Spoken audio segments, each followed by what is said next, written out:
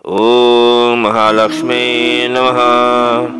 प्यारे भक्तों, धन की देवी माता लक्ष्मी को प्रसन्न करने के लिए हिंदू धर्म शास्त्र में मंत्र का जाप करने का विधि विधान बताया गया है। माता के अलग अलग मंत्र को जाप करने से आर्थिक स्थिति मजबूत होता है और धन की प्राप्ति होता है एवं माता की अखंड कृपा से सभी कार्यों में सफलतापूर्वक संपन्न होता है। प्रिय भक्त, माता लक्ष्मी को जिस व्यक्ति पर कृपा हो जाता है उसे जीवन में कभी आर्थिक तंगी का सामना नहीं करना पड़ता है। तो भक्तों, मैं आज आपको माता लक्ष्मी का ऐसा चमत्कारी मंत्र के बारे में बताने जा रहा हूँ। वह मंत्र आपके जीवन में धन का भंडार लगा देगा। बस आपको इस मंत्र को आज केवल 10 मिनट के लिए पूर्ण श्रद्धा के साथ जप करना है। और यदि आप इस मंत्र का जाप करने में असमर्थ है तो इस मंत्र को आज अपने मोबाइल फोन पर लगाकर सुनने से भी आपको माता लक्ष्मी की कृपा अवश्य प्राप्त होगी। तो चलिए इस प्रभावशाली मंत्र की शुरुआत करते हैं। मंत्र को सुनने से पहले कमेंट में जय मां लक्ष्मी अवश्य लिखें। नमस्तेस्तु महामाये श्रीपीठे सुरपूजिते शंखचक्र गदाहस्ते महालक्ष्मी नमस्तुते। नमस्तेस्तु महामाये श्रीपीठे सुरपूजिते शंखचक्र गदाहस्ते महालक्ष्मी नमस्तुते। नमस्तेस्तु महामाये श्रीपीठे सुरपूजिते शंखचक्र गदाहस्ते महालक्ष्मी नमस्तुते। नमस्तेस्तु महामाये श्रीपीठे सुरपूजिते शंखचक्र गदाहस्ते महालक्ष्मी नमस्तुते। नमस्तेस्तु महामाये श्रीपीठे सुरपूजिते शंखचक्र गदाहस्ते महालक्ष्मी नमस्तुते। नमस्तेस्तु महामाये श्रीपीठे सुरपूजिते शंखचक्र गदाहस्ते महालक्ष्मी नमस्तुते। नमस्तेस्तु महामाये श्रीपीठे सुरपूजिते शंखचक्र गदाहस्ते महालक्ष्मी नमस्तुते।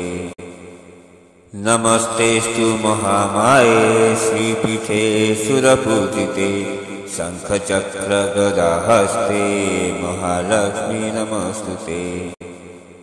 नमस्तेस्तु महामाये श्रीपीठे सुरपूजिते शंखचक्र गदाहस्ते महालक्ष्मी नमस्तुते। नमस्तेस्तु महामाये श्रीपीठे सुरपूजिते शंखचक्र गदाहस्ते महालक्ष्मी नमस्तुते। नमस्तेस्तु महामाये श्रीपीठे सुरपूजिते शंखचक्र गदाहस्ते महालक्ष्मी नमस्तुते। नमस्तेस्तु महामाये श्रीपीठे सुरपूजिते शंखचक्र गदाहस्ते महालक्ष्मी नमस्तुते। नमस्तेस्तु महामाये श्रीपीठे सुरपूजिते शंखचक्र गदाहस्ते महालक्ष्मी नमस्तुते। नमस्तेस्तु महामाये श्रीपीठे सुरपूजिते शंखचक्र गदाहस्ते महालक्ष्मी नमस्तुते। नमस्तेस्तु महामाये श्रीपीठे सुरपूजिते शंखचक्र गदाहस्ते महालक्ष्मी नमस्तुते। नमस्तेस्तु महामाये श्रीपीठे सुरपूजिते शंखचक्र गदाहस्ते महालक्ष्मी नमस्तुते। नमस्तेस्तु महामाये श्रीपीठे सुरपूजिते शंखचक्र गदाहस्ते महालक्ष्मी नमस्तुते। नमस्तेस्तु महामाये श्रीपीठे सुरपूजिते शंखचक्र गदाहस्ते महालक्ष्मी नमस्तुते। नमस्तेस्तु महामाये श्रीपीठे सुरपूजिते शङ्खचक्रगदाहस्ते महालक्ष्मी नमस्तुते। नमस्तेस्तु महामाये श्रीपीठे सुरपूजिते शङ्खचक्रगदाहस्ते महालक्ष्मी नमस्तुते। नमस्तेस्तु महामाये श्रीपीठे सुरपूजिते शङ्खचक्रगदाहस्ते महालक्ष्मी नमस्तुते। नमस्तेस्तु महामाये श्रीपीठे सुरपूजिते शङ्खचक्रगदाहस्ते महालक्ष्मी नमस्तुते।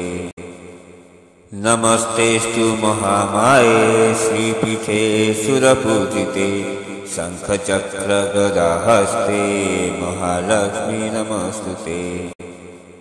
नमस्तेस्तु महामाये श्रीपीठे सुरपूजिते शङ्खचक्रगदाहस्ते महालक्ष्मी नमस्तुते। नमस्तेस्तु महामाये श्रीपीठे सुरपूजिते शङ्खचक्रगदाहस्ते महालक्ष्मी नमस्तुते। नमस्तेस्तु महामाये श्रीपीठे सुरपूजिते शङ्खचक्रगदाहस्ते महालक्ष्मी नमस्तुते।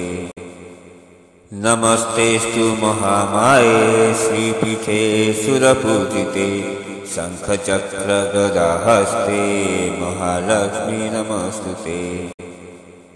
नमस्तेस्तु महामाये श्रीपीठे सुरपूजिते शङ्खचक्रगदाहस्ते महालक्ष्मी नमस्तुते। नमस्तेस्तु महामाये श्रीपीठे सुरपूजिते शङ्खचक्रगदाहस्ते महालक्ष्मी नमस्तुते। नमस्तेस्तु महामाये श्रीपीठे सुरपूजिते शङ्खचक्रगदाहस्ते महालक्ष्मी नमस्तुते। नमस्तेस्तु महामाये श्रीपीठे सुरपूजिते शङ्खचक्रगदाहस्ते महालक्ष्मी नमस्तुते। नमस्तेस्तु महामाये श्रीपीठे सुरपूजिते शङ्खचक्रगदाहस्ते महालक्ष्मी नमस्तुते। नमस्तेस्तु महामाये श्रीपीठे सुरपूजिते शङ्खचक्रगदाहस्ते महालक्ष्मी नमस्तुते। नमस्तेस्तु महामाये श्रीपीठे सुरपूजिते शङ्खचक्रगदाहस्ते महालक्ष्मी नमस्तुते। नमस्तेस्तु महामाये श्रीपीठे सुरपूजिते शङ्खचक्रगदाहस्ते महालक्ष्मी नमस्तुते। नमस्तेस्तु महामाये श्रीपीठे सुरपूजिते शङ्खचक्रगदाहस्ते महालक्ष्मी नमस्तुते। नमस्तेस्तु महामाये श्रीपीठे सुरपूजिते शङ्खचक्रगदाहस्ते महालक्ष्मी नमस्तुते।